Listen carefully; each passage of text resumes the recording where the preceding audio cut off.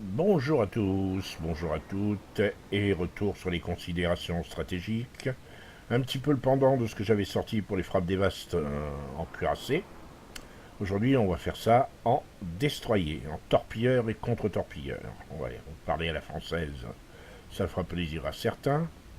Alors, le principe donc va être de vous montrer quelques extraits de vidéos musclés, on peut dire sales, mais parfois c'est jouissif, c'est vraiment jouissif. Et tout de suite, petite explication de ce qui va se passer. Je vais pour KPB, mais il se trouve que l'autre destroyer de notre équipe, on est deux destroyers, un Gaï-2 et moi, le Fuchun, il se trouve que le Gaï-2 ne va pas sur A alors qu'on lui demande d'aller spotter A. Donc il va se faire un peu engueuler, et moi, comme je vois ça, je me dis, c'est même pas la peine, je ne vais pas sur A, sur B, je vais aller plutôt sur A, je vais longer B, pour regarder si je vois le destroyer ennemi, parce qu'il y a toujours un destroyer ennemi pour venir sur B, mais je ne vais pas contester pour pas me faire repérer. Et je vais aller sur A plutôt. Donc, il va rien se passer d'exceptionnel. On se retrouve après quelques minutes pour voir le passage intéressant. Voilà, nous y voilà, nous sommes revenus donc sur la bataille. On va assister à un petit peu plus long que prévu parce que il y a quand même une démonstration à faire. Là, il se trouve que j'ai en face de moi un Mogami et, si on regarde bien, un Fidji. Je note ça sur ma petite tête et sur mes tablettes. Je prends quelques coups au passage. Le Bismarck est à 8 km, donc je prends ses secondaires. Donc je dis, ça c'est pas cool, je ne peux pas rester là. Pour l'instant, il loupe. Ça va pas durer. Donc j'attends que les torpilles du Mogami passent. Et je repars avec l'idée très précise d'aller chasser le Mogami. Et comme je vois la mini-map, je me dis, il va s'empaler dans l'île, je vais pouvoir lui déposer des torpilles dans la tête. Donc il faut juste qu'il est focalisé sur l'Atlanta. Moi, il doit penser que je me suis enfui.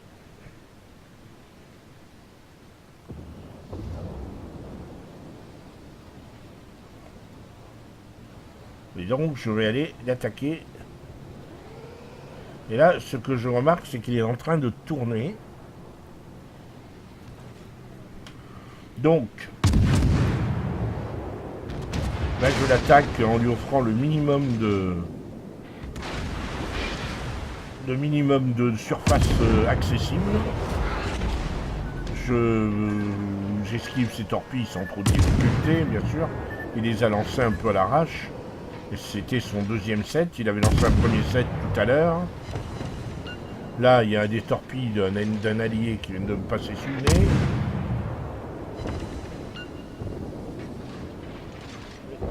Là, je lui fais peur. Hein. C'est faire factor. Le Mogami n'a aucune envie, alors qu'il peut me sortir hein, avec un minimum de sang-froid. Enfin, bon, il y a un Atlanta aussi qui est en train de lui faire... de lui mettre la misère. Et donc, je ne tuerai pas le Mogami, autant vous l'annoncer tout de suite. Un peu de dégâts, bon. Mais l'Atlanta va le finir.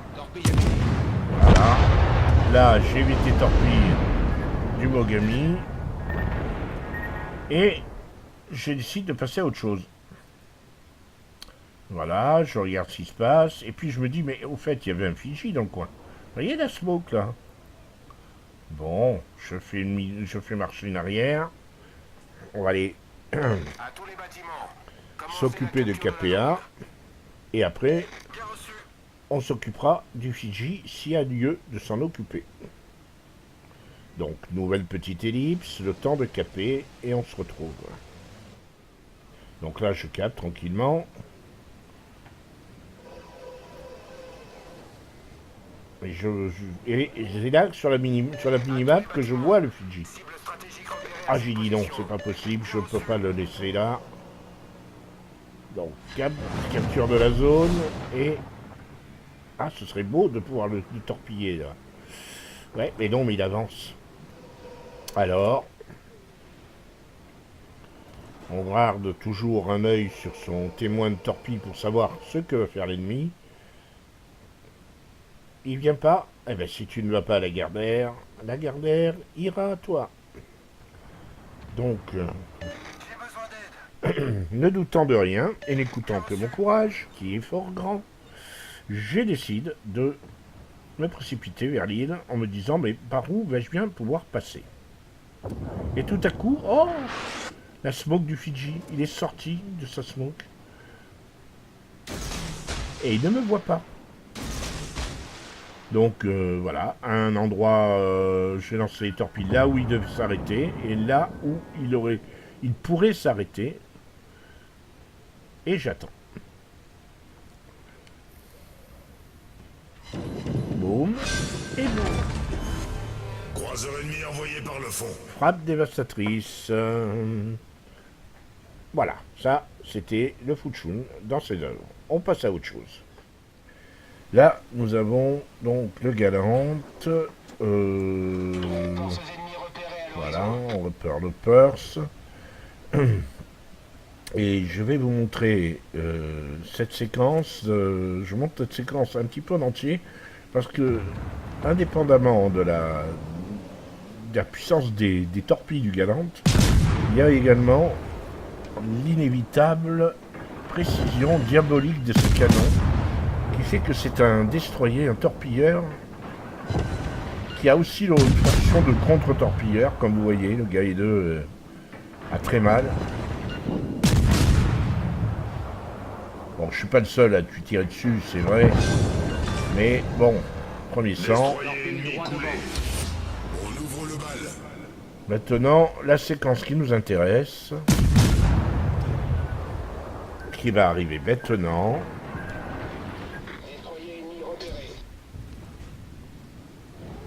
C'est celle-ci, celle-là. Donc là, j'ai repéré des Leander. Je commence par envoyer un set de torpilles. Je ne vais pas me démunir de toutes mes torpilles. Je surveille jusque le Leander fonce, droit devant lui. Je tire surtout pas. D'ailleurs, de toute façon, ça aurait été peine perdue. J'aurais pu essayer de voler le kit du Fuchun, mais c'était pas très intéressant. Donc, je vais faire demi-tour. Je veux surtout rester... pas être opéré. Là, je lance le deuxième set de torpilles. Je vois bien que le Leander pique. Là, il a vu mes torpilles, donc il sait qu'il y a un destroyer dans le coin. Et il doit savoir pertinemment où il est. Donc, il a pour propos de me chasser.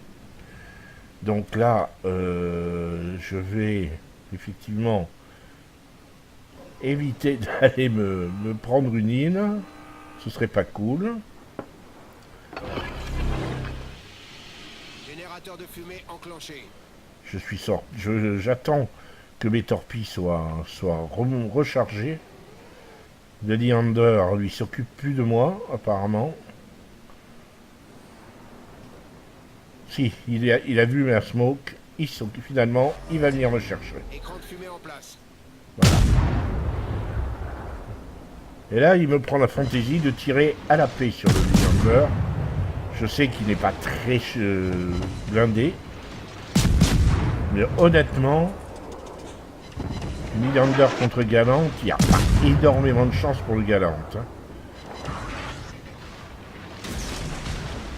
Là, j'ai peu de chance, mais je vois tout de suite qu'il tourne, donc je me fais pas d'illusions. Il me fait mal, mais il est pas très précis. Par contre, moi, je lui ai enlevé encore 1000 points sur cette salle. Il a lancé ses torpilles. Il n'est pas habitué à jouer la torpille, clairement. Et là, je me dis, il tourne. Alors, on va lui mettre là où il devrait aller. Là, je rate un peu mon tir, mais c'était le basculement du tir à la torpe Là, c'était bien visé. Beaucoup mieux. Mais... Kaboom. Croiseur ennemi envoyé par le fond. Voilà une frappe dévastatrice en destroyer particulièrement efficace.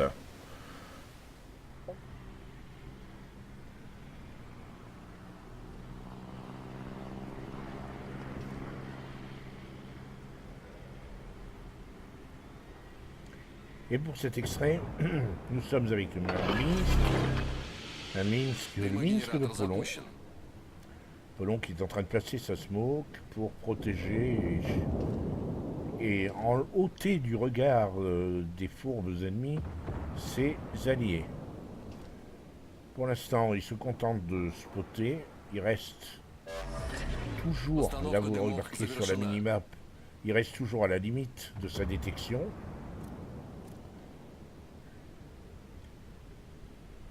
Là, il est repéré avion, donc bon, bah, ça sert plus à grand chose.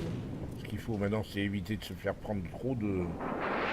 Voilà, trop de chouquettes. Le Warspite qui est le loup, c'est bien, c'est excellent. Et il faut... Ouais, il y en a 4 qui le visent quand même. Hein. Seul le Nuremberg pourrait vraiment lui faire mal parce qu'il a vraiment la vue dégagée. Mais il s'en occupe pas. Plus que 3. Toujours repéré par les avions. Et voilà. Là, il est... Vous voyez le Nuremberg, je vous l'avais dit. Seul qui pouvait vraiment lui faire mal. Bon, il lui a pas non plus... Il se contente de faire du spot. Alors là, bien sûr, il est focus par le porte-avions, donc il rentre dans la smoke qu'il avait placé au préalable.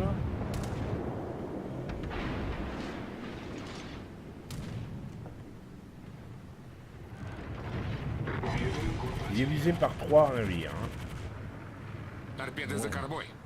On voit qu'il est un petit peu inquiet. Ou pas, pas trop. Pas trop. Donc il a repéré le Gneisenau. Je disais qu'il avait repéré le Gneisenau.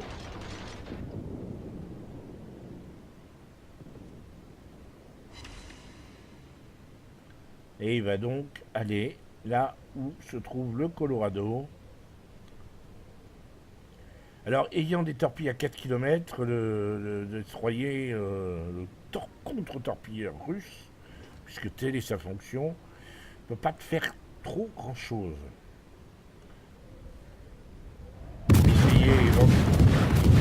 Essayez éventuellement de mettre des incendies. Pour le reste... Donc là, il tourne. Il a mis un incendie sur le Gneisenau, qui tourne à son tour. Donc il y a un Colorado, et il y a un Gneisenau, et lui, ben, il est un peu seul. Parce que, vous voyez, la barre de vie des deux cuirassés ne baisse pas, donc ils sont pas vraiment pris à grippe. En plus, ils sont soutenus par un Nuremberg, mais le Nuremberg s'en va. Hein.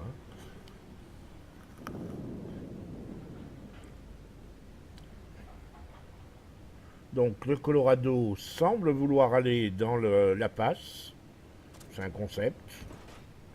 Enfin, il va pas fort hein, quand même.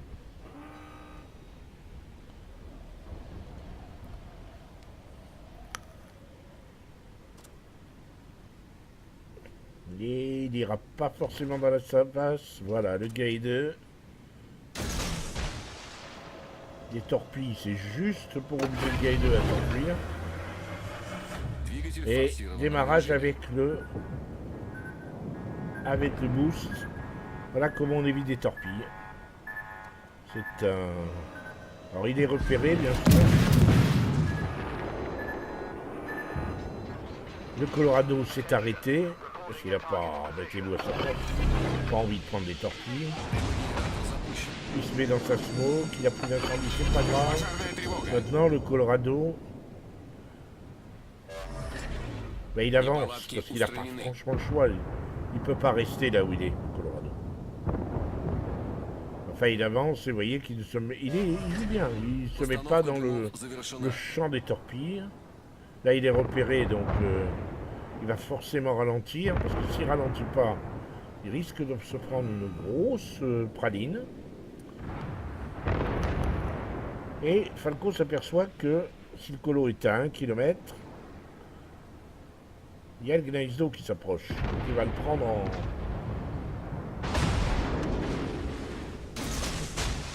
Voilà, là, il est là.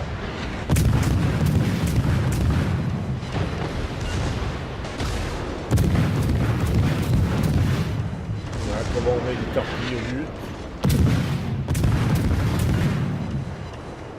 Avec une grosse inondation. Et on fout un cuirassé.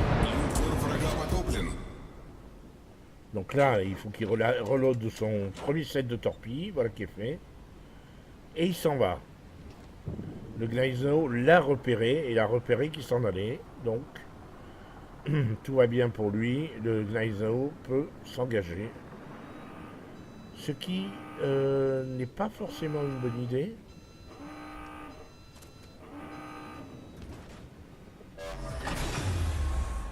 Двигатель в штатном режиме. Il est repéré avion, il est visé par un navire.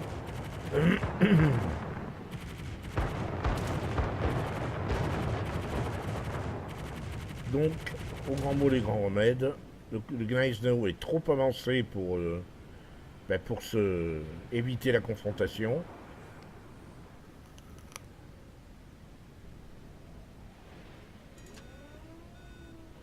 Ah, il faut être rusé. Il attend. Il est repéré à nouveau. Maintenant, il faut passer à l'attaque.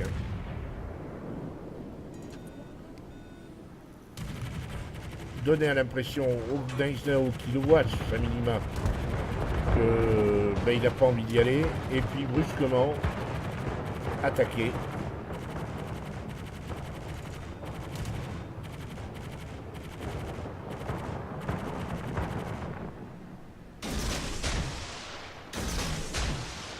Et hop, dégagé.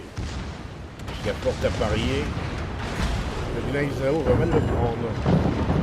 Voilà. 5 torpilles au but. Ça s'appelle une frappe des vastes. Bravo à lui. Bravo Apollon. On le bat de combat.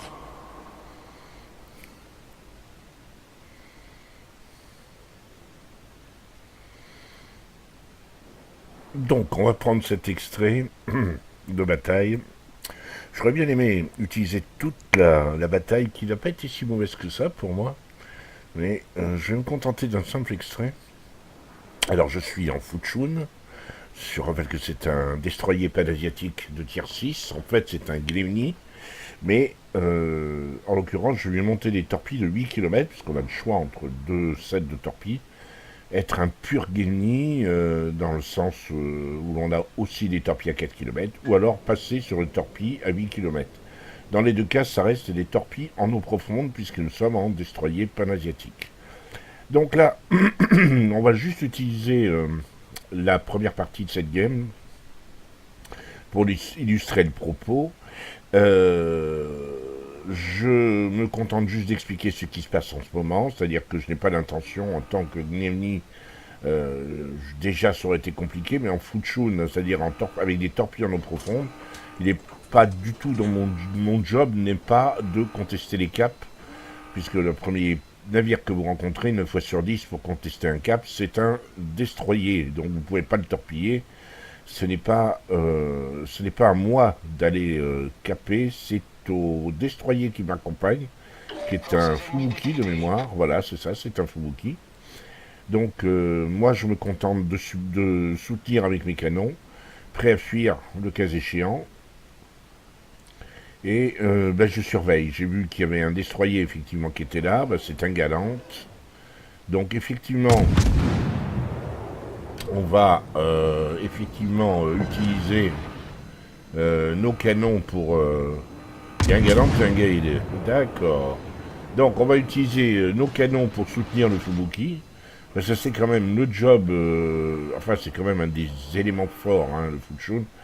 C'est encore une fois Glemny. Donc c'est un des grands points forts de ce mini-croiseur, on va dire, c'est effectivement ces canons, particulièrement précis. et au reload relativement rapide. Les torpilles sont anecdotiques. Quand c'est le côté Gnevny, c'est-à-dire un torpille à 4 km, c'est relativement anecdotique. Alors renforcer ça avec le caractère de torpille en eau profonde, forcément. Alors notre Fubuki s'est fait torpiller, bravement. Donc moi, mon problème, c'est que je ne peux pas faire grand-chose contre 2 destroyers. Surtout que je ne suis pas forcément aidé. Je vous montre, il y a 2, voilà, Numex Emerald, un Duke of York qui s'approche. On ne peut pas vraiment parler d'un soutien majeur. 2 cuirassés qui ont des reloads donc forcément assez lents et assez peu précis sur des cibles mobiles comme le sont les destroyers. C'est pas forcément facile. Donc, je vais jouer le rôle de spotter. Je vais essayer d'être le scout, comme on dit, hein. C'est-à-dire aller chercher à repérer les ennemis en espérant que les autres seront assez réactifs pour leur faire des dégâts et les faire fuir. Parce que ben, je n'ai pas perdu l'envie d'aller KPD.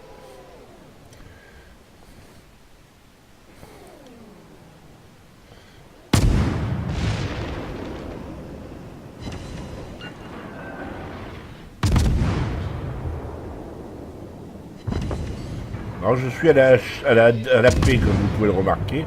Les AP russes sont un peu comme les AP anglaises. Les AP russes de destroyers sont un peu comme les AP anglaises. Extrêmement performantes contre les destroyers ennemis. Donc voilà, je me contente de faire du dégât, du méchant dégât. Le galant. Ouais, le petit souci, c'est la lenteur des torpilles, des tourelles. Elles ont un petit moment, une latence. Là, le Bayern qui me tire dessus, ce n'est pas grave. Je suis enfin entouré, mais de loin, hein, on va voir. Donc là, je reprends Gae2 qui revient me chercher. Un peu le combat tournoyant contre un Gae2 et un Galant, c'est assez... c'est pas terrible hein, comme concept pour moi. Donc, je viens de perdre ici un set de torp, c'est pas grave. Ça se répare, ils sont pas... Enfin, c'est quand même pas terrible. Alors, il faut essayer de les faire fuir, ces deux-là.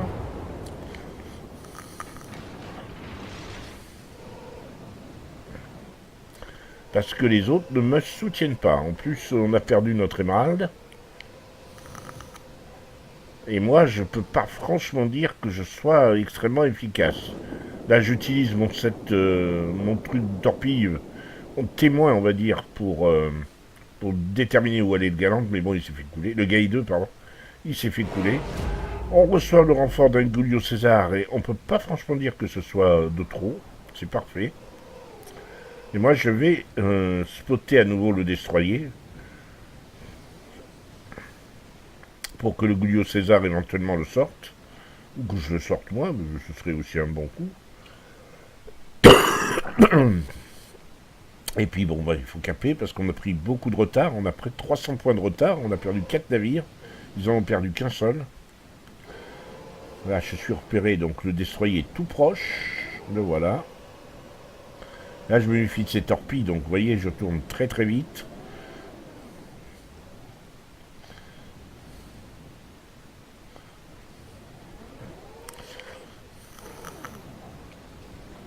Je suis repéré. Et voilà, là, le souci des tourelles du Gnevny qui sont assez lentes, peu réactives, ça vous permet pas un dogfight aussi efficace qu'avec les destroyers américains.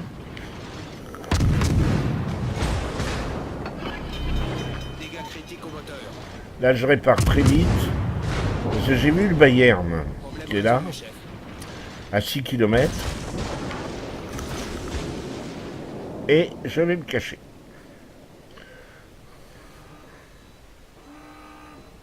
Le Bayern sent qu'il y a un destroyer, donc on revoit sur le minimap, il est en train légèrement de tourner sur la droite.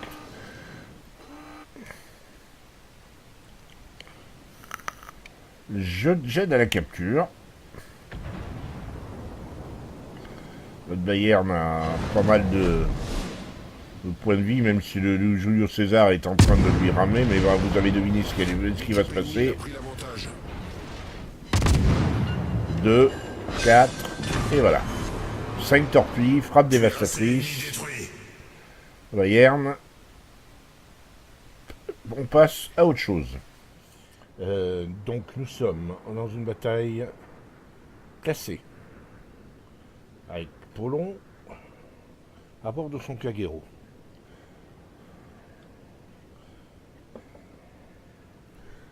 Donc, qu'est-ce qu'on peut remarquer déjà? Dans un premier temps, qu'il a fait le choix de se débarrasser de sa smoke et il a pris l'accélération de rechargement des torpilles. Donc là, il l'explique à son équipe, c'est bien, il faut parler, il faut beaucoup parler quand on est comme ça en classé. Donc il explique, je n'ai pas de smoke, j'ai l'accélération des torpilles. On lui répond, je me sentirais mieux si tu allais faire du spot passif autour de A, tandis que nous, on cap B, et si tu pouvais essayer d'asmater à la torpille A pour les empêcher de caper. Donc il va répondre, ok, bien compris. Voilà, il a répondu, c'est ok, ça lui va très bien, parce que là, il utilise le Kagero vraiment dans toute l'étendue de ses capacités. C'est-à-dire que le Kagero a bien une dissimulation de 5-4, ce qui est énorme. 5-4, et il va spotter, montrer où sont les ennemis, et éventuellement essayer de perturber le cap de A. Alors là, il est repéré par le Benson. Benson qui, en le voyant, répercute l'information au Chapayev, entre autres, qui va lui tirer dessus aussi sec. Le Benson, lui, se met dans sa smoke, s'enfuit. Le Chapayev le loupe. Il n'est plus repéré. Donc là, il tourne, il change totalement de direction. Et il a relancé. Il a utilisé son premier premium amélioration pour recharger et renvoyer tout de suite 2 sets de torps dans la smoke. Le but du jeu, évidemment, c'est de torpiller, mais il y a un deuxième objectif, c'est que les torpilles soient spotées et que ça fasse fuir l'ennemi, donc que ça ralentisse le cap pendant ce temps, leur cap à eux est occupé et ils commencent à marquer des points. Donc au moment, voyez, au moment où le cap allait être, le cap de A allait être fait, le Benson était obligé d'aller se planquer, de sortir du cap pour éviter d'être torpillé. Donc le Kagero reste à la limite de sa furtivité, doit attendre 38 secondes pour lancer les torpilles. Donc il va tourner, il rentre surtout pas dans le cap. Là le Benson est revenu. A priori c'est le Benson. Ouais. Je pense que c'est le Benson. Il y a peut-être 2 DD. Hein. Je sais pas où est l'autre Kagero. On voit pas les autres destroyers. On sait qu'il y a le Benson dans le coin, c'est tout pour l'instant. Donc il se focalise sur le Kutuzov. Il va tourner. Et rester toujours dans cet arc de cercle.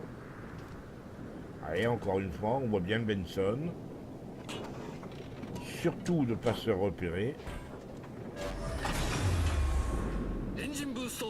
Il a récupéré ses torpilles et il lance lancement de torpilles. Et si vous regardez bien, de l'autre côté, il y a l'autre Benson qui lui a envoyé des torpilles croisées, donc dans un autre axe. C'est juste irrésistible, quoi, parce que là il va y avoir forcément du dégât et du gros dégât. Le Kutuzov, ne serait-ce que le Kutuzov, va prendre très très cher. Il ne peut pas échapper. Que ce soit le torpille de l'un ou de l'autre, il ne peut pas échapper. Il est obligé d'en prendre au moins une, dans le meilleur des cas. Là, il en prend une. Et là, boum, le Benson le finit.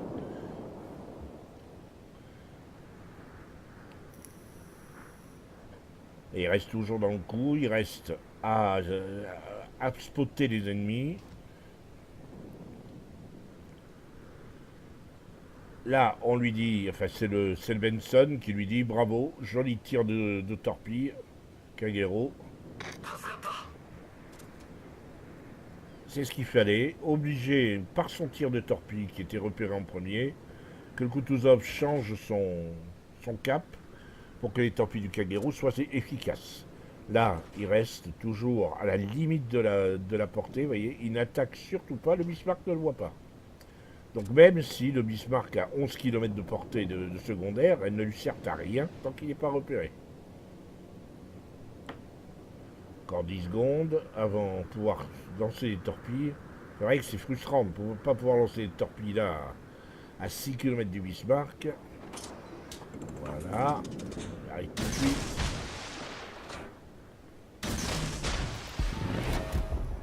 Elles sont légèrement décalées.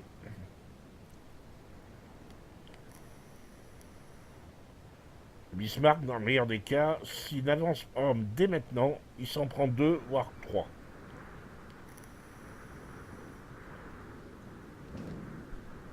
Là, il surveille le Kagero et le Benson. Ennemi. Bismarck recule. Donc là, il a bougé. Donc il risque de s'en prendre qu'une, peut-être 2. Et ça risque de lui être fatal. Hein. 2 torpilles. Peut-être qu'une seule. Il y en a une et il n'y en a qu'une qui va y arriver au but. Boum. Il lui a mis une inondation. L'inondation a été arrêtée tout de suite. Pas de chance. Il aurait pu le finir. Le Bismarck a reculé au bon moment. Alors là, je connais Polon. Il va tirer au canon. Non. Tellement tentant. En plus, le Kagero a d'excellents canons. Mais il reste silencieux. Et là, maintenant, il contrarie le cap. Même s'ils ont perdu 2 navires contre un seul aux ennemis, et il est en train tout simplement d'accroître l'avance du... Alors, il contrarie le cap. Ça y est, il est repéré par l'autre Kagero.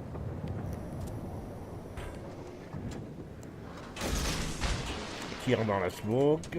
Il n'est plus repéré. Le Kagero est dans sa smoke. Il ne peut plus le repérer. Mais tout le monde sait qu'il y a le Benson, parce qu'il tire, qui est en train de caper. Donc A est pris, ça y est. L'ennemi recule. Et ils ont pourtant l'avantage numérique. Hein. Donc là, ça risque d'être assez douloureux pour le Kagero s'il n'est pas sorti de sa smoke. Voilà. Là, c'est le Benson. C'est le Benson qui a pris. Et frappe dévaste. Là, maintenant, le Bismarck avance. Et rebelote. Le Kagero qui a pris dans la foulée. Alors ça, c'est gros, c'est énorme. 2 frappes dévastatrices. Il y a eu trop d'écart en termes de temps pour que ce soit une frappe double, mais c'est bien dommage. Là, le Bismarck, à 5 km, il va avoir beaucoup de mal à éviter les torpes. Il est à la limite de la détection.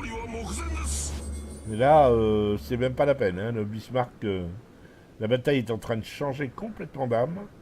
Même si le Kagero a coulé la Tsuki, ils sont encore avantagés en termes de points. Voilà, et boum. Et en plus, le Chapayev a coulé le Kagero. Il n'y a plus que 2 destroyers contre un croiseur et le Monarque.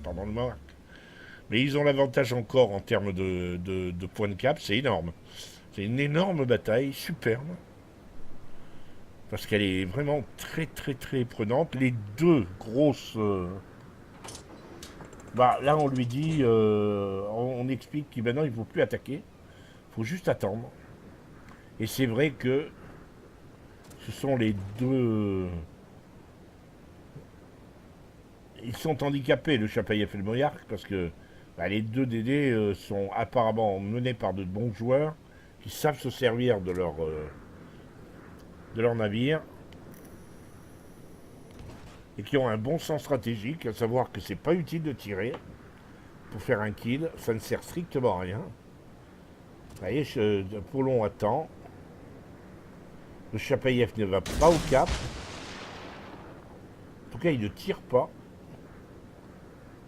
Par contre, Polon s'est occupé du Chapayev et pas du Monarque. veut sortir le croiseur qui est le plus gros danger.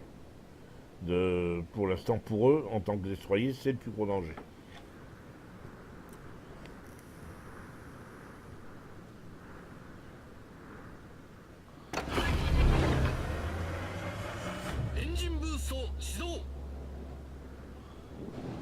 Il communique beaucoup. Attention, le chapelier fait un radar. Il est repéré radar, ça y est. Donc il s'enfuit.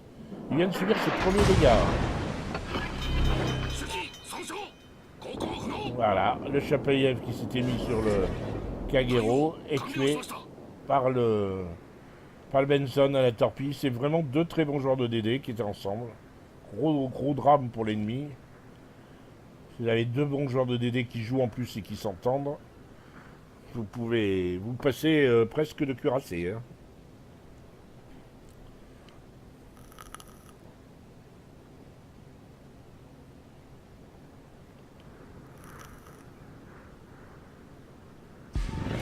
Le pauvre monarque, bah, il va plus. Hein.